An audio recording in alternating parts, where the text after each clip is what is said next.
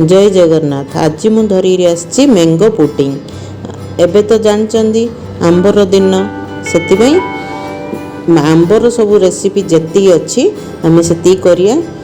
तापर आम तो खाली आंब खाई खाई भी हेले बोर हेले से आम ये सब कले पिलाने भी अति सहजरे खाई पारे। तापर पिलाने आम पिलाने तो आंब हेले खाऊना से मु भाविली यही प्रकार मु पुडिंग करी पिलाने खाई पारे। जो दिन रे से फल न खाइले मजा कौन से पिलाने जानते कि यही आम खाऊनु से मु मैंगोर पुडिंग धरिकी आसिली। किछि नहीं एड़ा अति सहज पिलाने भी हेले कर पारे।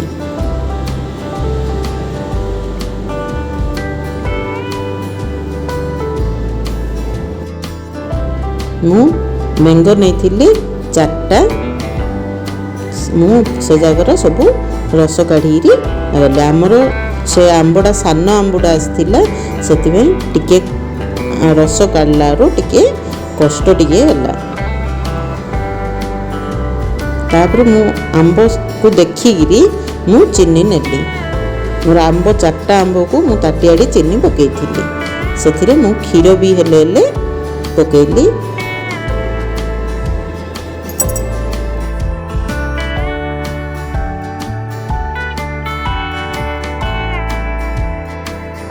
जो ताटिया मु चीनी नहीं से ताटिया मु 3 ताटिया मु नेली क्षीर।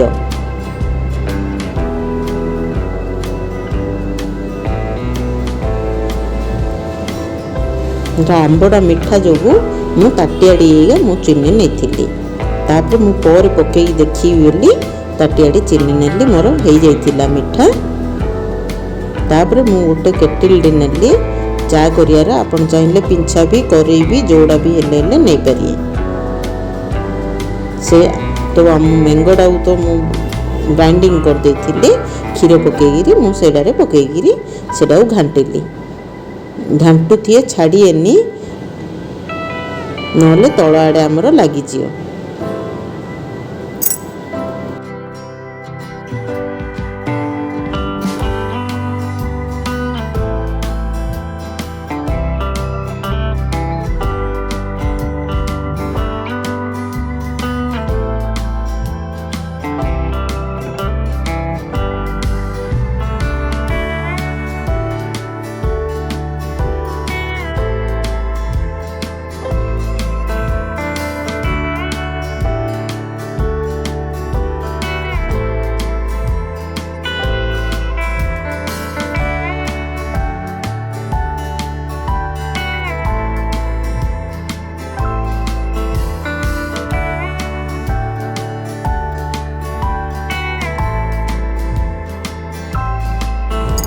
आमर सब तो मैंगो तो आम तो पेस्ट बन क्षीर से आमर अधा है पर्यटन आम से करुआ।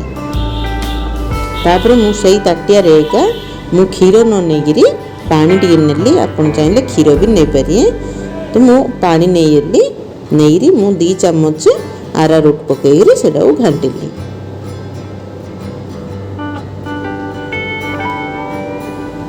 आरारूटा पकईले आमर से टिके मोटा आसियो।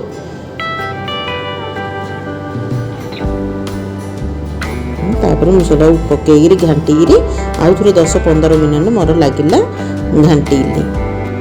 जाल स्लो करिए नले तल आड़े लगिज।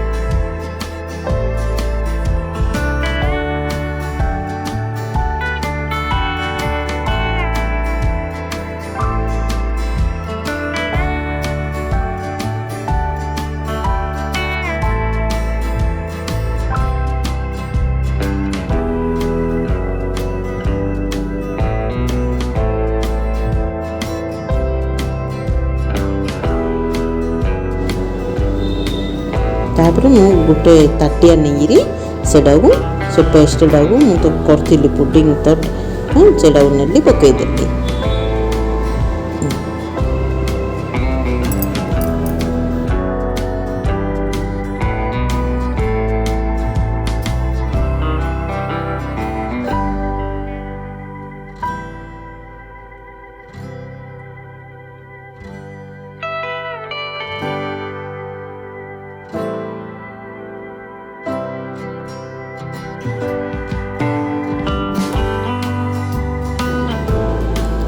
फ्रिज रे 2 ରୁ 3 घंटा मु रखीदेली मोर मैंगो पुडिंग हो जाइए। देखो मोर केट सुंदर मैंगो पुडिंग होइछि।